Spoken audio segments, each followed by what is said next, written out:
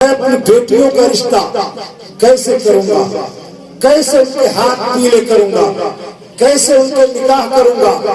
نکاح کو ہم نے دشوار سے دشوار تر بنا دیا۔ میرے بھائیوں، نکاح اسلام کا کتنا آسان قانون، یہ علماء بیٹھے ہیں جلیل القدر تابعی حضرت سیدنا سعید ابن مسیب رضی اللہ تعالیٰ عنہ، جو خیر التابعین ہیں، تابعین میں سب سے بہتر، مدینے کی عظیم شخصیت جلیل القدر تابعی، ان کی ایک بیٹی ہے حضرت فاطمہ رضی اللہ تعالی عنہا، بے پناہ خوبصورت بیٹی، اور علم، فقہ، حدیث، طہارت، تقوی، ورع، پرہیزگاری میں بھی ان کا کوئی جواب نہیں۔ وقت کے خلیفہ نے ان کے یہاں اپنے بیٹے کا رشتہ لے کے بھیجا۔ حضرت سعید بن مسیب نے فرمایا، سعید کی بیٹی نے علم حدیث پڑھا ہے، علم قرآن پڑھا ہے، علم تجوید پڑھا ہے، مگر میری بیٹی نے کسی خلیفہ و حکمراں کے کیسے وہاں رہنا ہے، کسی خلیفہ کے گھر کے آداب نہیں پڑھے، لہذا سعید اپنی بیٹی کو کسی خلیفہ یا بادشاہ کے بیٹے کے نکاح میں نہیں دے سکتا، میں معذرت چاہتا ہوں۔ معذرت کر لی خلیفہ کے بیٹے کے نکاح میں دینے سے۔ حضرت سعید بن مسیب مسجد نبوی شریف روزانہ اپنے وقت کے جلیل القدر ائمہ اور محدثین کو علم حدیث پڑھاتے تھے، جن میں حضرت امام مالک اور جیسے ہزاروں ائمہ، فقہاء، علماء، محدثین ان کی بارگاہ میں زانو تلمس طے کرتے، حدیث، فقہ، سیرت، اصول حاصل کرنے کے لیے ایک جلیل القدر شاگرد ہے آپ کے حضرت ابو وداع رضی اللہ تعالیٰ۔ ایک دن حضرت سعید بعد نماز عصر درس حدیث دے رہے ہیں کہ حضرت ابو وداع آپ کی مجلس میں موجود نہیں۔ آپ نے پوچھا، ابو وداع کہاں ہے؟ لوگوں نے کہا، حضور کل ابو وداع کی اہلیہ کا انتقال ہو گیا، اس لیے ابو وداع حاضر نہیں ہو سکے۔ حضرت سعید نے کہا، ہل لا آذنتمونی، تم نے مجھے بتایا کیوں نہیں کہ ابو وداع کی اہلیہ کا انتقال ہو چکا ہے؟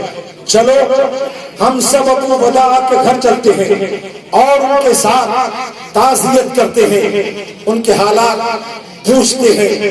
حضرت سعید بن مسیب بعد نماز مغرب اپنے کچھ تلامذہ کے ساتھ حضرت ابو وداع کے گھر پہنچے۔ ابو وداع کے دروازے پر ایک پھٹا ہوا پردہ تھا، وہاں جا کر اطلاع دی۔ حضرت ابو وداع باہر آئے۔ حضرت ابو وداع نے اپنے استاد سید التابعین حضرت سعید بن مسیب کو دیکھا، فرمایا، حضور آپ نے زحمت فرمائی، مجھے اطلاع فرما دی ہوتی میں حاضر ہو جاتا۔ حضرت سعید نے کہا، مجھے معلوم ہوا ہے کہ کل آپ کی بیوی کا انتقال ہو گیا ہے۔ ابو وداع نے کہا، ہاں حضور میری اہلیہ کا انتقال ہو گیا ہے۔ آپ نے فرمایا، ابو وداع ہل ترید فی الزواج، کیا تم دوسری شادی کرنا چاہتے ہو؟ کیا دوسری شادی کرنا پسند کرو گے؟ ابو وداع نے کہا، حضور میں غریب آدمی، میرے کپڑے بھی سلامت نہیں، میرے گھر کا حال آپ دیکھتے ہیں، اب جبکہ میری بیوی کا انتقال ہو گیا ہے، مجھ سے کون اپنی بیٹی بیاہنا چاہے گا؟ کون میرے ساتھ اپنی بیٹی کو نکاح میں دینا پسند کرے گا؟ حضرت سعید بن مسیب نے کہا، تم اپنی مرضی بتاؤ، کیا تم دوسری شادی کرنا پسند کرو گے؟ حضرت ابو وداع نے کہا، اگر کوئی مجھ سے اپنی بیٹی کا نکاح کرنا پسند کرے تو میں اس کے لیے تیار ہوں۔ مسلمانوں توجہ سے سنیے، حضرت سعید بن مسیب اپنے شاگرد کے گھر جو بظاہر بہت غریب حاضر ہے. جب ابو ودا نے کہا اگر کوئی شادی کرنا چاہے تو میں تیار ہوں. حضرت سعید بن مسیب نے کہا فَأُنْكِحُكَ ابنتی فاطمہ، تو میں اپنی بیٹی فاطمہ کو تمہارے نکاح میں دے دوں. کھڑے کھڑے حضرت سعید بن مسیب نے اپنی بیٹی فاطمہ ابو ودا کے نکاح میں دے دی اور کہا کہ مہر میری بیٹی کا یہ ہے.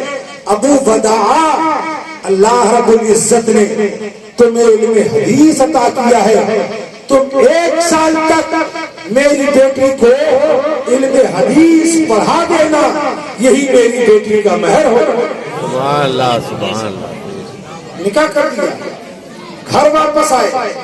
نماز عشاء پڑھنے کے بعد اپنی بیوی سے کہا اہلیہ میری بیٹی فاطمہ کو تیار کر دو، میں نے اپنی بیٹی فاطمہ کا ابو ودا سے نکاح کر دیا.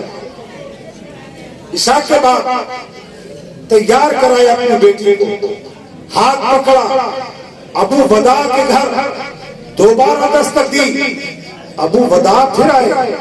کہا حضور آپ ابھی تو مغرب بعد آئیں گے، اب ایسی کیا ضرورت پیش آ گئی؟ آپ کی بیٹی آپ کے پیچھے کھڑی تھی. سامنے کیا، ہاتھ میں ہاتھ دیا اور کہا ہذہ زوجتک، یہ ہے تمہاری بیوی. جب ہم نے اپنی بیٹی تمہارے نکاح میں دے دی تو ہم نے یہ پسند نہیں کیا کہ اب تم رات تنہا گزارو. یہ تمہاری بیٹی ہے، تم اپنی، یہ ہماری بیٹی ہے جو تمہارے نکاح میں ہے. جاؤ فی امان اللہ، دونوں شان کے ساتھ اپنی زندگی. سبحان اللہ. یہ ہے اسلام میں شادی. اور آج شادی مسلمانوں کے یہاں دوبھر، اجیرن، دشوار، جہیز کی وہ خرافات، وہ لعنت اگر اس کے بارے میں کہا جائے تو لوگوں کو برا لگتا ہے، لوگ اس کو پسند نہیں کرتے. میں ایک بات بتا دوں، کچھ لوگ یہ کہتے ہیں کہ علماء تشریف فرما ہے، کچھ لوگ کہتے ہیں کہ کچھ نہ کچھ جہیز دینا اللہ کے رسول کی سنت ہے. سرکار نے اپنی بیٹی کو جہیز دیا ہے. میں آج ذمہ داری کے ساتھ یہ بتا دوں، جہیز صرف مرد کے ذمے ہے، عورت یا اس کے گھر والوں کے ذمے جہیز نہیں. جہیز صرف مرد کے ذمے.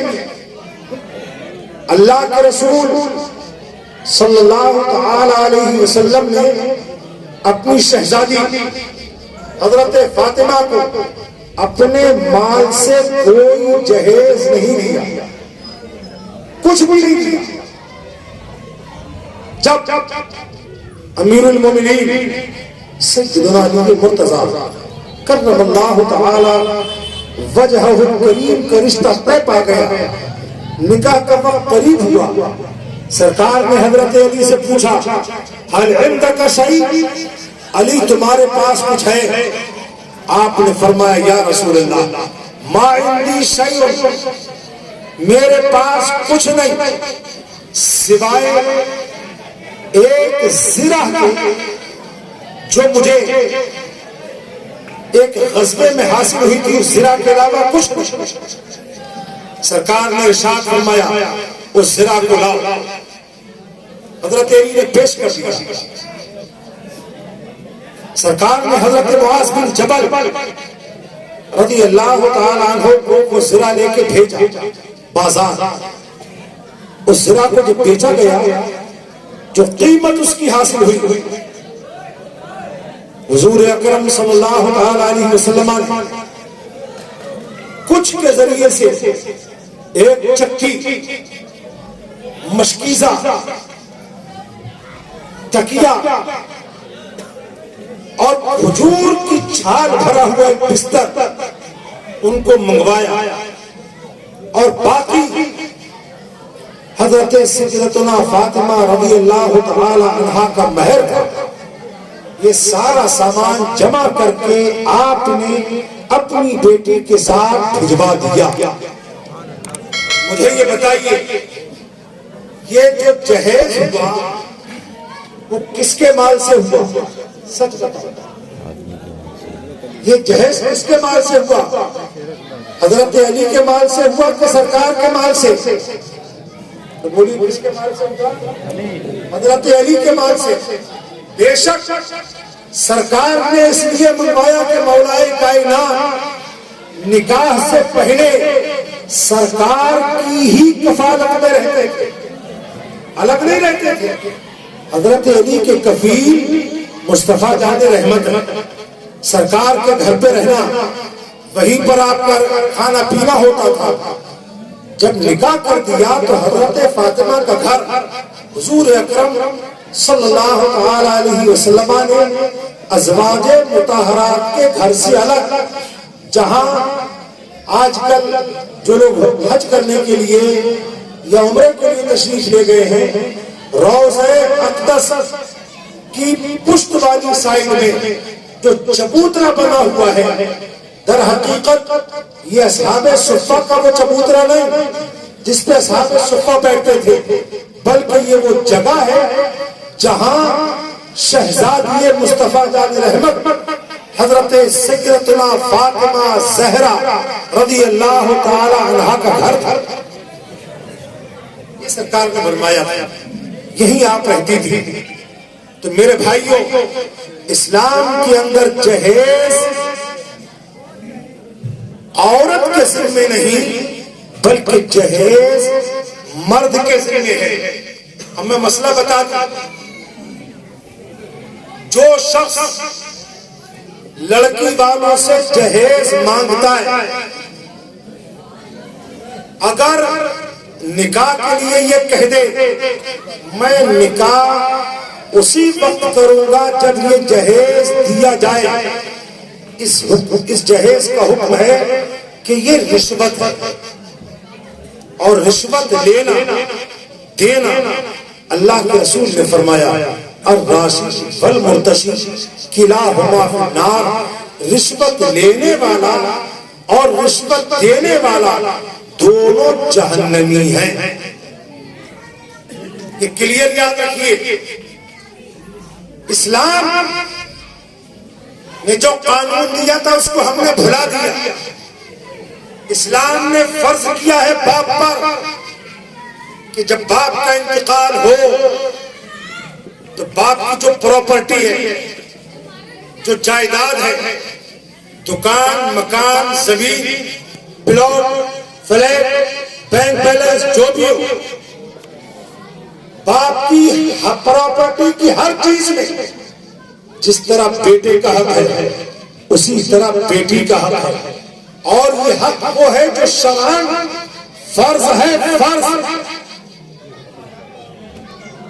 کوئی دے یا نہ دے وہ جانے، مگر مسئلہ یاد رکھیے، بہت سے مولانا کہلانے والوں نے کسی مصلحت کے تحت اس مسئلے کو بیان کرنا چھوڑ دیا ہے یا کم بیان کرتے ہیں۔ ڈنکے کی چوٹ پر سن لیجئے، جو لوگ بیٹی کو باپ کی وراثت سے حق نہیں دیتے وہ غاصب ہیں، ڈاکو ہیں، انہوں نے حق مار لیا۔ وہ بھائی جس نے بہن کا حق نہیں دیا وہ بھائی قیامت کے دن پکڑا جائے گا، اس سے باس پرس ہوگی، حساب کتاب ہوگا۔ بلکہ سچی بات یہ ہے، باپ کی پراپرٹی میں جو بیٹی کا حق ہے اگر بیٹی معاف کر دے تب بھی یہ حق معاف نہیں ہوگا۔ ہو سکتا ہے کسی کو یہ بات سن کے اچنبھا لگے، مگر مسئلہ سن لیجیے۔ مثال کے طور پر ایک شخص کے دو بیٹے، دو بیٹیاں، اور ایک بیوی. ہمارے یہاں یہ چلتا ہے باپ نے جو کچھ چھوڑا سب کچھ بیٹوں نے ہدیہ لیا, بیٹی کا کچھ نہیں, بیوی کا کچھ نہیں. وراثت و قانون علماء سے پوچھو, قرآن میں شروع سے لے کے آخر تک اللہ تعالیٰ نے یہ تو فرمایا اقیم الصلاۃ, نماز قائم کرو. مگر نماز کتنی رکعت ہے, نماز کے احکام, نماز کے مسائل, نماز کے مکروہات, نماز کے محرمات, نماز کے مفسدات قرآن کے اندر بیان نہیں کیے گئے. مگر وراثت ایسی چیز ہے قرآن نے خود وراثت کے مسائل پوری تفصیل کے ساتھ بیان فرما دیے. نماز کے مسائل قرآن میں بیان نہیں ہوئے بلکہ وراثت کے مسائل قرآن میں بیان ہوئے ہیں. کیوں؟ اس لیے کہ وراثت ضرورت کی بنیاد پر حق نہیں بلکہ قرابت اور رشتے کی بنیاد پر اللہ کی جانب سے طے کردہ وہ حق اجباری ہے جس میں نہ کوئی کمی ہو سکتی ہے, نہ سمجھوتا ہو سکتا ہے, نہ یہ حق کبھی ختم ہو سکتا ہے. میرے عزیز اسلامی بھائیوں, اس حق کو سن لیجئے. مجھے نہیں معلوم کہ آپ کو کوئی یہ بیان کرے گا کہ نہیں کرے گا, بتائے گا یا نہیں بتائے گا. وراثت اور مشترکہ جانور میں جو قربانی ہوتی ہے, یہ دو حق ایسے ہیں کہ صاحب حق اگر معاف کر دے تب بھی معاف نہیں ہوتا. ایک بڑے جانور 7 لوگ حصے دار ہیں, لازم ہے کہ اس کا گوشت آپس میں توڑ کے بانٹا جائے. کسی حصے دار نے یہ کہہ دیا چلو کوئی بات نہیں, مجھے کم ملتا ہے باقی کو زیادہ دے دو, شرعاً یہ جائز نہیں ہے. حصے والا اگر معاف کر دے تب بھی معاف نہیں ہوگا. حکم ہے کہ توڑ کے برابر برابر تقسیم کیجئے, یہاں اندازہ نہیں چلے گا. اسی طرح ایک باپ ہے, اس کے 2 بیٹے, 2 بیٹے, ایک بیوی, ایک ماں, ایک باپ. اس شخص کا انتقال ہو گیا. اب اپنی مرضی سے تقسیم نہیں چلے گی کہ گاؤں کے مکھیا بیٹھے, پردھان بیٹھے, چیئرمین بیٹھے, یا بستی کے معزز لوگ بیٹھے کہ آؤ تمہارا بٹوارا کرا دیں. اس مکھیا کو کیا معلوم, پردھان کو کیا معلوم, کسی لیتا دیتا کے ذریعے سے تقسیم نہیں ہو سکتی. یہ تقسیم صرف وہ عالم کرا سکتا ہے جس نے قرآن کی روشنی میں وراثت کے مسائل کو پڑھا. یہ جو سورت ہم نے بیان کی, اس سورت میں مرنے والے نے جتنا کچھ چھوڑا ہے اس کا 1/6 یعنی چھٹا ماں کو, 1/6 باپ کو, اور اس کی بیوی کو 1/8 8واں حصہ. باقی جو کچھ بچا, 2 بیٹے 2 بیٹیاں, جو کچھ بچا اس کے 6 حصے کیے جائیں گے. 2 حصے ایک بیٹے کو, 2 حصے دوسرے بیٹے کو, 1 حصہ ایک بیٹے کو, دوسرا حصہ دوسری بیٹی کو. اس طریقے سے دینا فرض ہے, فرض ہے, فرض ہے. اب اگر کوئی بھائی یا کوئی بہن کہے نا نا نا میں بھیا اپنے بھیا سے حصہ نہیں لوں گی, میرے باپ نے جو کچھ چھوڑا ہے میں اپنے بھائی کے حق میں چھوڑتی ہوں. اور لوگ سمجھتے ہیں کہ اگر کسی بہن نے حصہ لے لیا تو کہتے دیکھو تو وہ ہے کیسی ہو, اس نے اپنے بھیا سے تڑکا لے لیا, تڑکا لے لیا. اتنی بے غیرت، جس بہن نے اپنا حصہ لیا اس نے اپنے بھائی کو بچا لیا، اس نے اپنے بھائی کے ساتھ اچھا کیا، ورنہ وہ بھائی اپنی خیر منائے جس کی بہن نے حصہ نہیں لیا، یا جس بھائی نے اپنی بہن کو حصہ نہیں دیا، قبر سے لے کر قیامت کے دن اتنی پٹائی ہوگی، اتنی پٹائی ہوگی کہ کوئی بچانے والا نہیں ہوگا۔ بالکل اس بھائی کا حشر وہی ہوگا جیسے کسی شخص نے دوسرے کا مال چرا لیا، ہڑپ لیا، غصب کر لیا، لوٹ لایا، دوسرے کے مال پر قبضہ جما لیا۔ بالکل ویسا ہی ہے جیسے کسی بھائی نے اپنی بہن کے حصے کو دبا لیا۔ میرے دوستوں، میرے بھائیوں، جہیز اسلام کے اندر نہیں، لڑکی والوں کے ذمے کہ لڑکی لڑکے کو جہیز دے، جہیز لڑکے کے ذمے ہے۔ یہ اس غیر مسلم ملک کے اندر ہم رہتے ہیں، جہیز یہاں کی لعنت تھی۔ یہاں چونکہ ہندوازم کے اندر بیٹی کا کوئی حق نہیں تھا، کوئی باپ کی پراپرٹی میں کوئی حصہ نہیں، کوئی حق نہیں۔ ہم جس ملک میں رہتے ہیں یہاں کے لاء میں، یہاں کے قانون میں بیٹی کا کوئی حق نہیں۔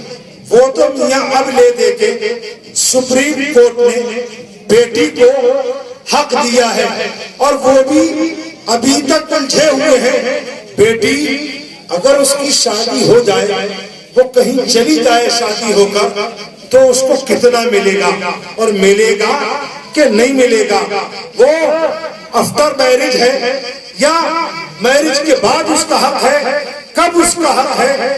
بالغ ہو کر حق ہے یا نابالغ ہو کر حق ہے؟ اور کس کنڈیشن میں کیا حق ہے؟ یہ ابھی سمجھوتا بھی نہیں کر پائے۔ اسلام نے آج نہیں، جب اسلام کی تعلیمات اس دنیا کو روشنی عطا فرما رہی تھی، اسی وقت قرآن نے واضح طور پر حق دے دیا۔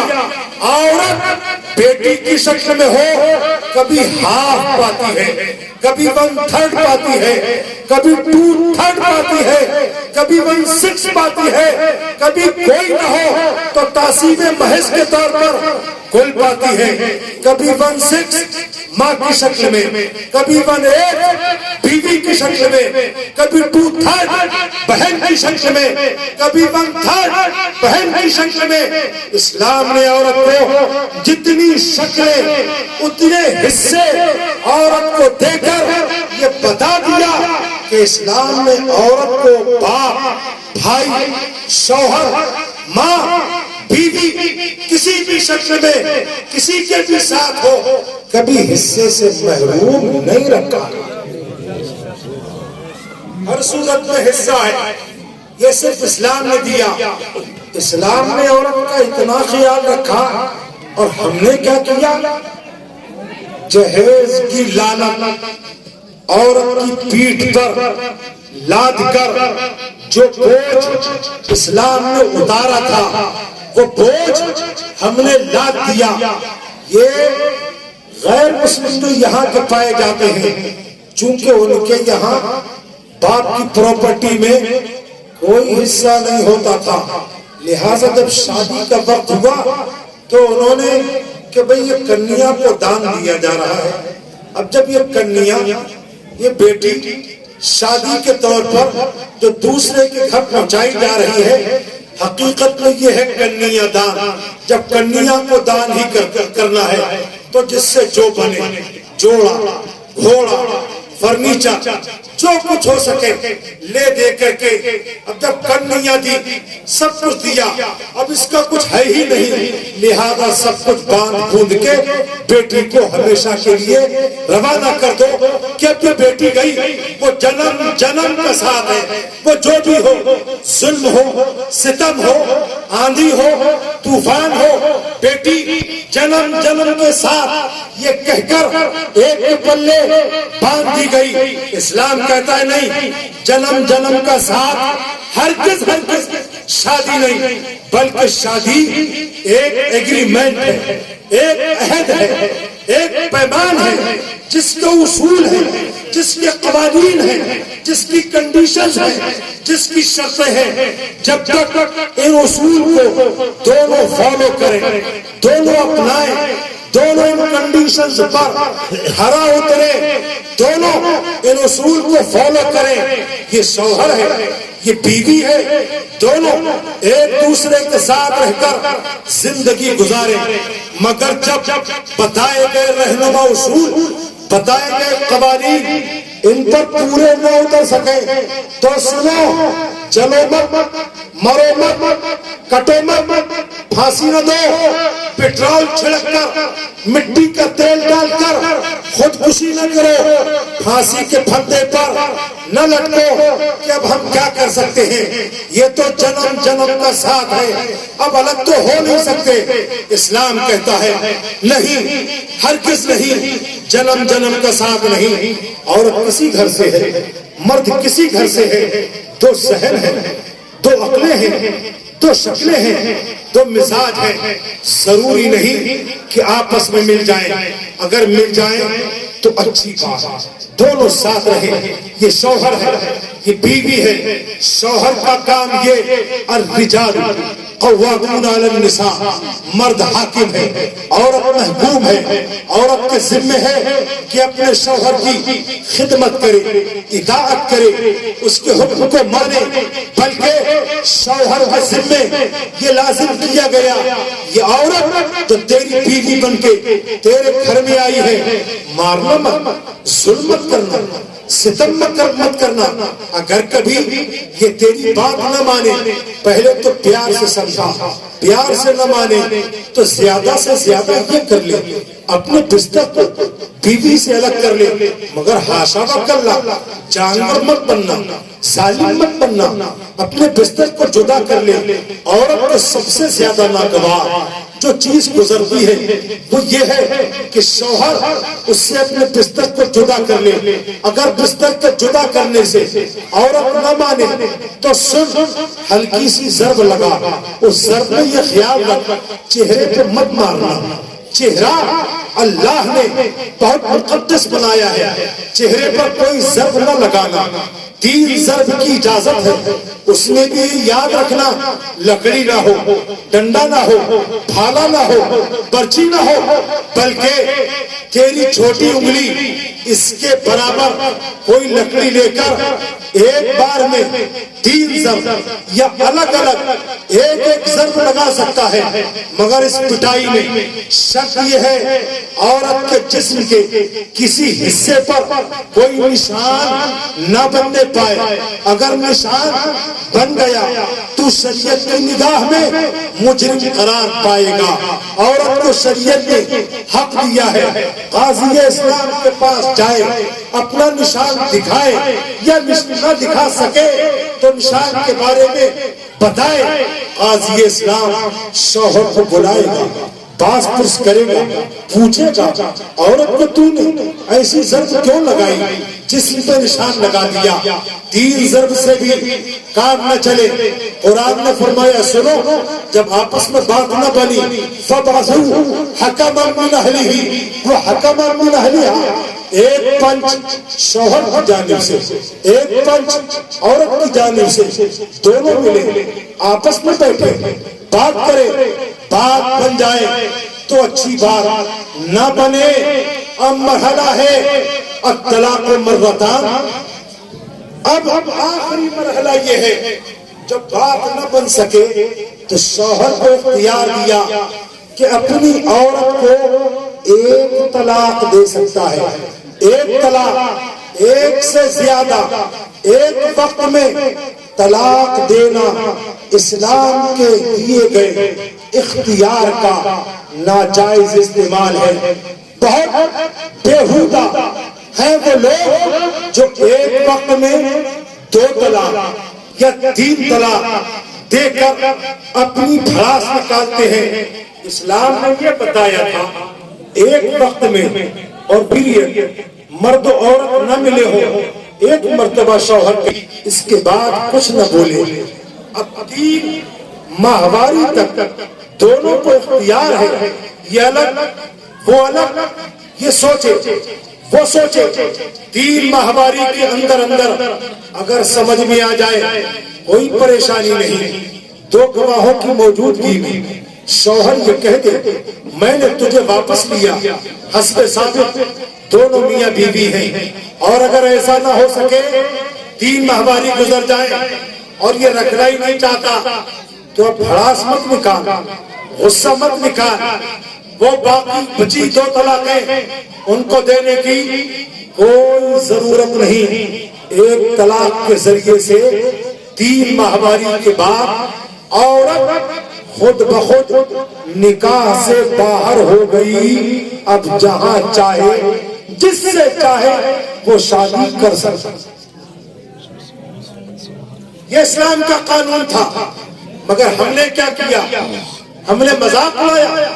جب تک شوہر ایک بار میں یہ نہ کہہ دے میں نے طلاق دی یا میں نے طلاق دی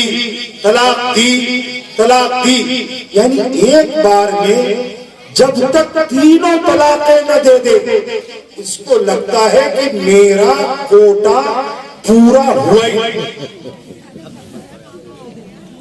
طلاق کا کوئی کوٹا نہیں ہوتا. 1 طلاق 2 طلاق 3 طلاق ہے. عورت کو اگر نہیں رکھنا ہے تو صرف 1 طلاق دے دو، چھٹی. 1 طلاق کافی ہے. 1 طلاق کے بعد بھی 3 ماہواری کے بعد وہ عورت چاہے نکاح کر لے. اور اگر 3 ماہواری کے بعد تمہاری جھڑ گئی، عقل ٹھکانے آ گئی ہو، اور ہم نے دیکھا یہ ہے 3 کے بعد بھی جھڑتی ہیں. اب 3 دینے کے بعد بھاگا پھرتا ہے. حضرت وہ میں نے یہ کہہ دیا تھا، وہ حضرت میں نے 2 تو سب کے سامنے کہی تھی، 1 الگ میں کہہ دی. اچھا وہ حضرت میں نے 2 مرتبہ تو یہ کہا تھا کہ میں نے طلاق دی. 3ری مرتبہ میں نے طلاق نہیں کہا تھا، میں نے کہہ دیا تھا طلاق. اچھا کوئی کہتا ہے حضرت میں نے 1 مرتبہ تو یہ کہا تھا کہ میں نے طلاق دی، پھر میں نے یہ کہہ دیا میں نے طلاق دی. تو میں نے طلاق نہیں کہا، دوسری بار میں طلاق کہا ہے تو طلاق ہوئی کہ نہیں. اچھا کوئی کہتا میں نے اگر 1 بار میں کہہ دیا تھا طلاق دی، باقی میں کہتا دی. اچھا کوئی کہتا ہے حضرت میں نے اپنی بیوی کو طلاق دی تو میری بیوی کا وہ میری طرف نہیں تھا، وہ ادھر دیکھ رہی تھی تو میں نے کہہ دیا میں نے طلاق دی. اچھا کوئی کہتا ہے کہ حضرت میں نے طلاق تو دی لیکن میری بیوی گھر پہ نہیں تھی، وہ پڑوس کے گھر میں تھی، میں نے کہہ دیا. سنیے طلاق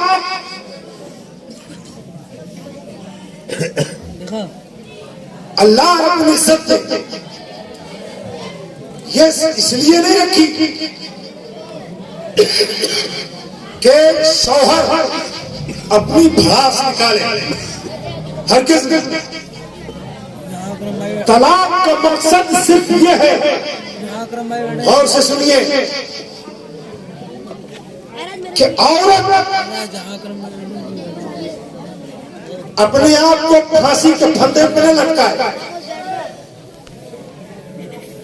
اگر شوہر اور عورت کے درمیان نہ بن، یہ ہو سکتا ہے مثال کے طور پر لڑکا ہے کسا کا، لڑکی ہے ممبئی، یہاں کا ماحول الگ، یہاں کا کلچر الگ، یہاں کی ریکوائرمنٹ الگ، یہاں کا واتاورن الگ، یہاں کے رہنے سہنے جینے چلنے پھرنے اٹھنے بیٹھنے گھروں کے اندر کا کلچر بالکل جدا ہے.